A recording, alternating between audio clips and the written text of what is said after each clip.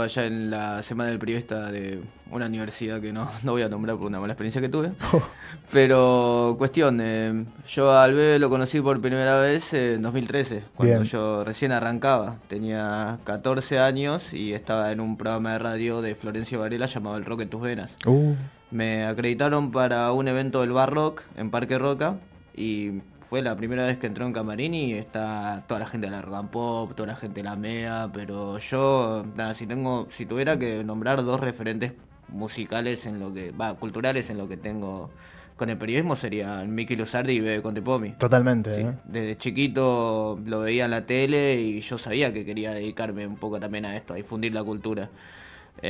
Por lo tanto, bueno, en esa foto se puede apreciar que estoy un poco llorando por esa cuestión de que lo reencontré después de muchos años y todavía tengo en mi pared la pulsera de la acreditación del Barrock porque siempre me recuerda que él, esas dos veces que me cruzó, me dijo de que voy a llegar a ser un gran periodista y no sé si será verdad, pero si lo dijo él, capaz es por algo. Yo creo que ya lo sos, amigo, ¿eh? No, Creo que ya lo sos. falta. Sí, el bebé es muy amable, igual siempre muy abierto con la gente que se le acerca a saludar y demás.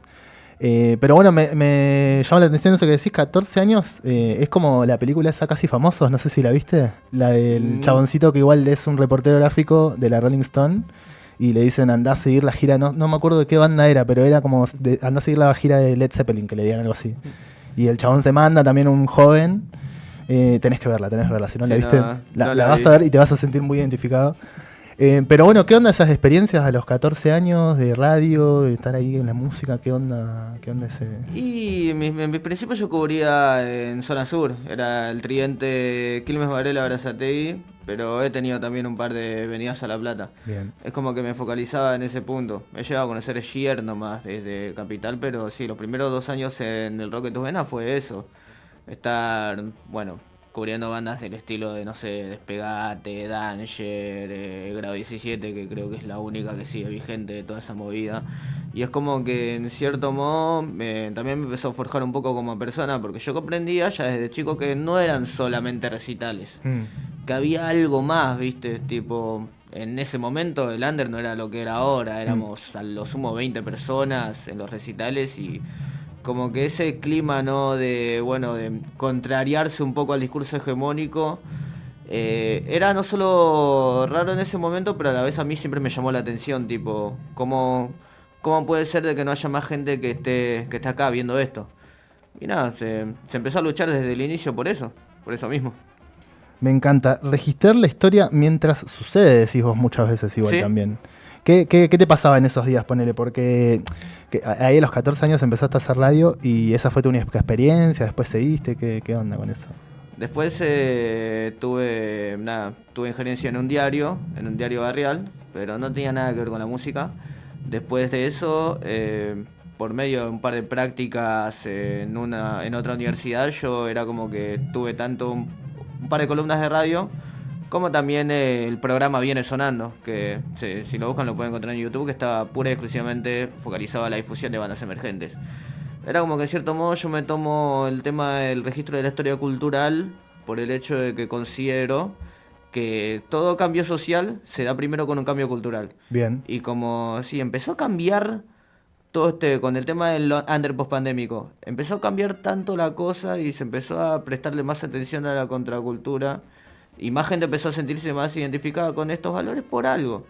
Porque hay un cambio en paradigma que se está gestando. Y por eso mismo considero que tanto vos como yo, como todas y todas las personas que están del otro lado, que se dedican a esto, están haciendo algo más que ir a ver bandas o que registrar bandas, sino justamente están siendo testigos de un cambio que hay que hacer lo posible por difundirlo de la mejor manera posible. Ya vamos a hablar de ese concepto que me encanta, que lo nombraste recién también, que es el de revolución cultural. Mucho lo traes a colación en esto que también quiero que empecemos primero por acá, por la parte de Underdogs, Facu, que es en donde vos planteás que sos periodista kamikaze en Underdogs. Me encanta, ¿por qué? ¿Por qué eso?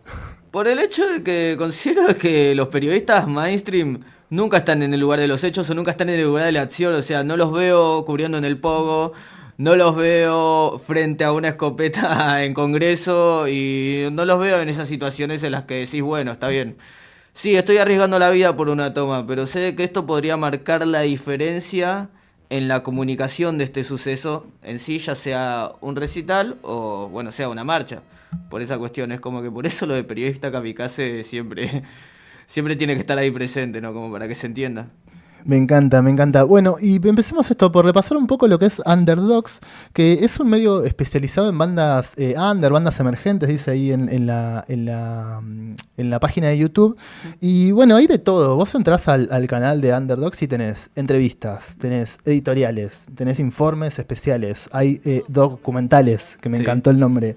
Y elegí algunas pequeñas cositas para que charlemos acerca de este proyecto. Vamos en realidad primero primero vamos al documental, después vamos con este. Vamos al documental de Camionero.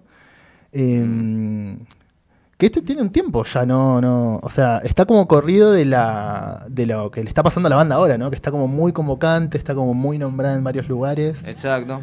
Este video ya tiene, no sé si no es de 2022. Sí, sí, es de 2022. Sí. Fueron los registros del Amparo, pero principalmente en el CONEX. Sí, en ese momento en el Amparo éramos 30 personas como mucho. Aparte fue una fecha complicada porque tocaba medio mundo y bueno, John Mutante es una banda muy buena, pero la realidad es que no convoca mucha gente. Bien. Y bueno, no, la otra banda no sé si seguirá existiendo o no, pero Camionero particularmente fue como que, bueno, fue la banda más convocante y justamente éramos 30 personas. En el Conex se había llenado un poco más, pero si lo comparás a el Tracción a Sangre de estos momentos, es como que hubo un crecimiento repentino e impresionante. Y lo que me gusta mucho de Camionero también es el hecho de que trata un montón de cuestiones de crítica social y de también del lunfardo porteño, de vivencia barrial, viste, que no lo ves en otra banda. Más allá del hecho de que sean dos y suenen como mucho más. No, es terrible, que sean dos en el escenario y que suenen así. Me parece increíble. Me encanta esto que haces igual también en los documentales porque introducís un poco de qué va la banda, qué es lo que hacen, ¿no? Cómo se manejan, quiénes son. Y después incluís unas partes de recitales, de coberturas, que es lo que más hacen con Underdogs. Se puede decir como las coberturas con recitales es a lo que más Sí. se tiran. Totalmente. Perfecto. Tenemos también... tenemos ya, bueno, esto que hablábamos antes, que era en relación bueno, no solo quede en un recital, sino que tiene una cuestión cultural que abarca un poco más. Y quería que charlemos un poco de algo que te pasó este año también, que es el video que dice Represión a jubilados. Veamos un poco, escuchemos y después charlamos sobre eso.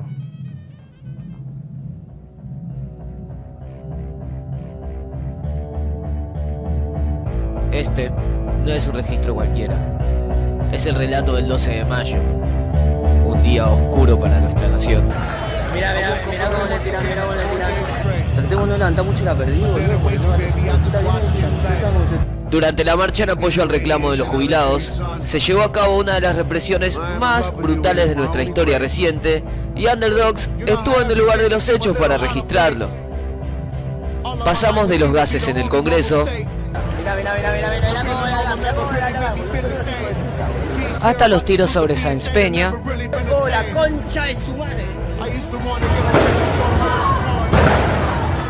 y por supuesto la detención de quien te está hablando en este momento.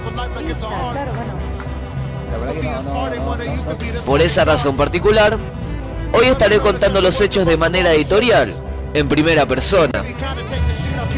No tuiteo nada para las 10 de la noche. Pasó lo peor, boludo. Pero en serio estoy solo, boludo. ¿Cómo empezó todo?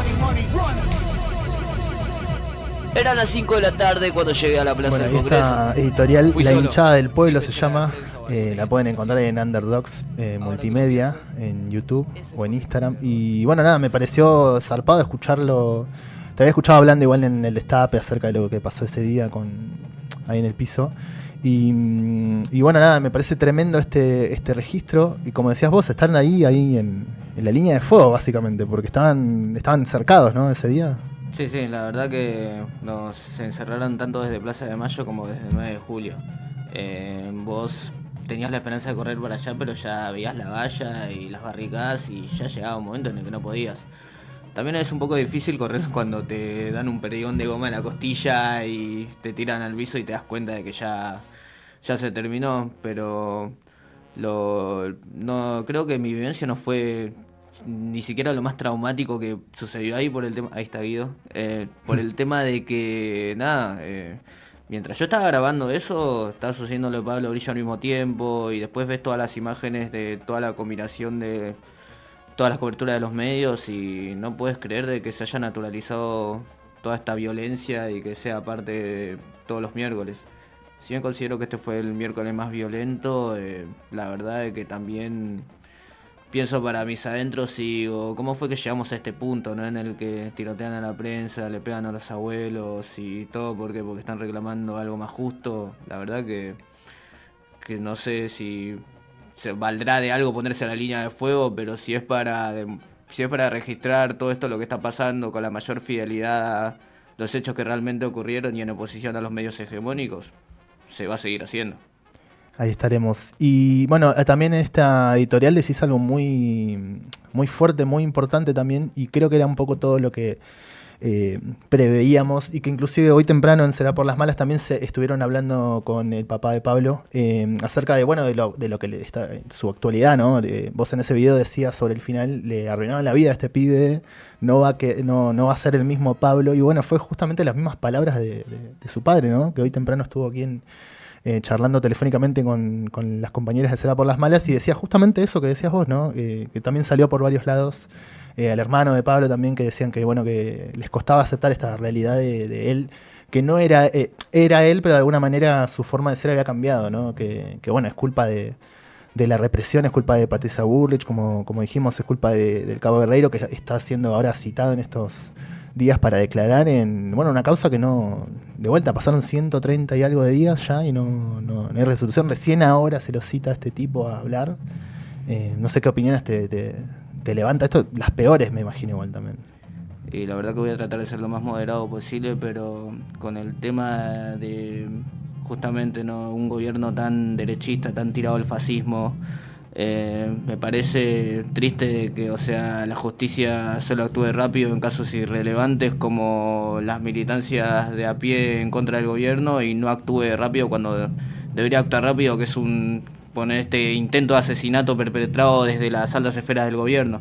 Patricia Bullrich legitimó este ataque como ha legitimado un montón de otros ataques más a la prensa, y la verdad es que más allá de todo lo que ha ocurrido hay una familia atrás, como dijiste, y somos un montón de colegas los que estamos consternados desde ese momento hasta el día de hoy, y vamos a seguir así por el tema de que, primero que nada, no sabemos quién va a ser el próximo. Segundo, como dije, pase lo que pase, ya no importa, Pablo ya no va a ser el mismo, y es una cuestión muy triste porque nadie que vaya ya a plantarse por una causa noble y justa merece tener este cruel y horrible, violento destino que ha sufrido él.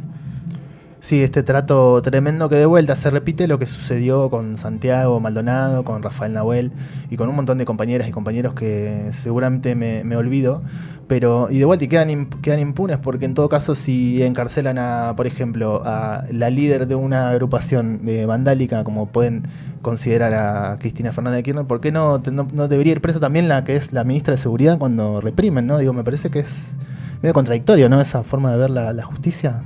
Y justamente, ¿no? Es como que siempre hubo un sentimiento por parte de la derecha de la persecución al peronismo, y es como que hoy en día quieren tratar de correr la discusión a eso, cuando la verdad que los violentos en este momento están en el poder, y lo que están utilizando también los recursos de nuestro país para legitimar toda esta violencia, para darle más poder a la fuerza de seguridad, en vez de darle más poder adquisitivo a los jubilados, a los docentes y a un montón de sectores que no vamos a nombrar porque es una lista larga. La verdad que considero yo que justamente es un escenario distópico y triste. Yo, por mi parte, es mi pensamiento, no considero que Cristina haya hecho nada malo. Y más cuando tengo del otro lado a gente que está constantemente cazando periodistas, cazando jubilados y golpeando, haciendo fake news, persiguiendo injustamente a gente como Julián Bengolini, pegándole a Roberto Navarro. Y más allá del tema periodístico también, bueno, nada, los recortes al Garrahan, los recortes presupuestarios en educación, todas estas cuestiones, viste, es como que nada, yo no las puedo naturalizar, y tampoco quiero formar parte de una sociedad que está yendo para un lado turbio y horrible como el que estamos viviendo ahora. Totalmente, pero hubo respuesta, hubo un poco de, algo de respuesta por lo menos hubo desde el sector estudiantil, desde los trabajadores, desde los diferentes sectores vulnerados. Y quería que veamos un poco un videito de la toma, que es también una editorial de la toma de la Universidad de Quilmes. ¿Pensabas que iban a tomar la universidad alguna vez? ¿La habían tomado antes? Hasta ese momento no. Y la verdad es que es lamentable que haya tenido que pasar lo que pasó para que sucediera, porque bueno, ya no sé si sabes la historia. ¿O la podemos repasar? Repasemos. Sí. Vino un militante libertario que no era parte de nuestra universidad a la asamblea previa a la toma, y como vieron las imágenes ahí, que también se han viralizado por Twitter, le echó gas pimienta a toda la asamblea, rompiéndola. Obviamente lo echaron, y desde ese momento fue como que se unieron todos los centros de estudiantes para tomar la universidad a lo largo de una semana. Todo esto terminó, hubo varias actividades, hubo varios streams, hasta que llegamos al punto culmine, que es el tema de la marcha del 18 de octubre. Claro.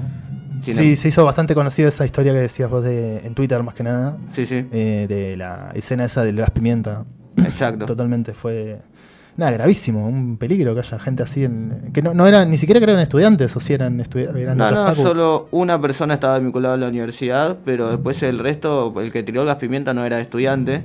Y lo peor de todo es que Estefanía Albacete de La Libertad Avanza nos trató de subversivo, nos trató de montoneros, empezó a utilizar terminología de la dictadura para referirse a estudiantes universitarios, y eso fue lo más chocante. O sea, en vez de repudiar el ataque, mirá, ¿ves? Claro. Ahí está el mismo que tiró las pimentas. Sí, justo recién lo veíamos igual también. Sí, no es como que tipo, en vez de repudiar el ataque y posicionarte a favor de los estudiantes de una universidad, preferís legitimar de seguir incitando a la violencia. Eso te demuestra un poco también cuál es el pensamiento de la derecha en sí. Ahí creo que están afuera de lo que era Telam. De lo que era Telam, ¿no? Que los primeros días que estaban los trabajadores ahí afuera y se acercaban a incitar a la violencia, básicamente estos personajes, porque no es que se sumaban a charlar, a decir, bueno, ¿cómo lo solucionamos? Se sumaban a reírse de la gente que estaba siendo despedida, básicamente. Es que toda la militancia a pie de estos energúmenos siempre se dedicó justamente a burlarse de tanto de los trabajadores de Telam como lo de la FIP, como de un montón de otras cuestiones más que, como te digo, si la vamos a enumerar no terminamos más. No terminamos más. Pero es un modelo basado en la hostilidad y la violencia, y creo que hay que empezar a responder con acciones. Tomas, marchas, salir a defender a todos los colectivos en peligro. Juntarnos, igual encontrarnos mucho también, que es algo que desde acá, desde Capto, inclusive desde la radio se promulga mucho el encontrarnos, debatir, ¿viste? Y mirarnos cara a cara también, que es clave. Es clave porque si no, parece que queda todo en las redes, ¿no? Exacto, no tiene que quedar en un discurso de redes, tiene que pasar a la acción. Totalmente. Bien, eso era un poco, esto para ver un poco lo que hace acá el compañero Lapi, que Underdogs se sale un poco de la norma, y es también algo similar a lo que veíamos con la compañera Alejandrina de Videoclub YouTube. También te recomiendo ese canal, que lo busques, que me parece que hay una conexión acá, porque también mezclan esto de música, ir a ver bandas. Ella lo que hace es un registro con Handicam de bandas, y después también hace registros callejeros, así como también en diferentes marchas y encuentros hace también y sube, y me encantan estas combinaciones y encontrar, pero quiero que sigamos con algo que no sé bien si cómo será tu posición ante esto. Leí algunas cosas, pero más que nada para insertarnos en el término en el concepto de revolución cultural. Yo te vi que lo planteabas y lo mostrabas en relación a unos videos que hiciste sobre Winona, ¿no? Sobre Winona Riders. Gran banda que se está haciendo muy, muy reconocida últimamente, un crecimiento exponencial. Pero me encantaba. Ahí quiero que veamos Facu, que dice 2 editorial Winona, en donde introducís un poco este concepto. Despertar la curiosidad de la audiencia. Con eso dicho, creo que estamos en condiciones para comenzar a explicar cierto concepto que estuvo dando vueltas. Cualquier tipo de expresión artística que influya en el público de tal manera que lleve una acción contraria a la normativa vigente, logra revolucionar la mente del individuo. Con eso es preciso aclarar de que el concepto de revolución cultural no está sujeto ni a una sola banda ni a la disciplina musical en sí. Todo cambio social viene antecedido por un cambio en el paradigma cultural. Estos suelen generarse en contextos hostiles, como los que antecedieron a la Revolución Francesa, al Cordobazo, al 2001 o el que vivimos en el presente. Las condiciones para que esto ocurra suelen darse cuando existen altos niveles de descontento social hacia una forma de gobierno. Dicha forma de gobierno suele ser hostil no solo con las comunidades marginadas, sino que también violenta de varias formas a toda persona que piense distinto, tanto desde el Estado como a través de quienes lo legitiman. Y dicha hostilidad es la que crea el contexto posible que permite la unión y solidaridad entre grupos sociales, entre los que por supuesto se encuentra la comunidad artística, ya que no es ajena a las problemáticas que afectan todos los días a los individuos. Bien, Bueno, ahí un poco... que también inclusive Winona tiene una canción que se llama ¿A qué suena la revolución? Inclusive. Y yo te quería preguntar un poco eso, ¿no? ¿A qué suena esa revolución cultural? Que después inclusive más adelante en el video lo amplias un poco más. Pero bueno, me gusta para tirarla sobre la mesa de trabajo y avanzar sobre eso. A ver, justamente nada, el concepto de revolución cultural yo lo empecé a construir desde el inicio de mi carrera, pero no tenía ese nombre al principio, ¿no? Bien. Pero era como básicamente, justamente un modo de hacer, de pensar y de sentir que servía para incitar un poco a salirse de la normativa y empezar a cuestionarse un montón de cuestiones que están naturalizadas. Varios flagelos sociales como la violencia de la que venimos hablando, como, bueno, nada, las tragedias que vivimos pasando. Y al mismo tiempo no comprender de que, o sea, por lo menos los músicos de la escena emergente en su gran mayoría son gente laburante, que padece las mismas cuestiones que nosotros padecemos, que es testigo de la misma violencia de la que nosotros padecemos, que no pertenecen a la clase alta, y que esas cosas también se están traducidas en su producción cultural en sí, ¿no?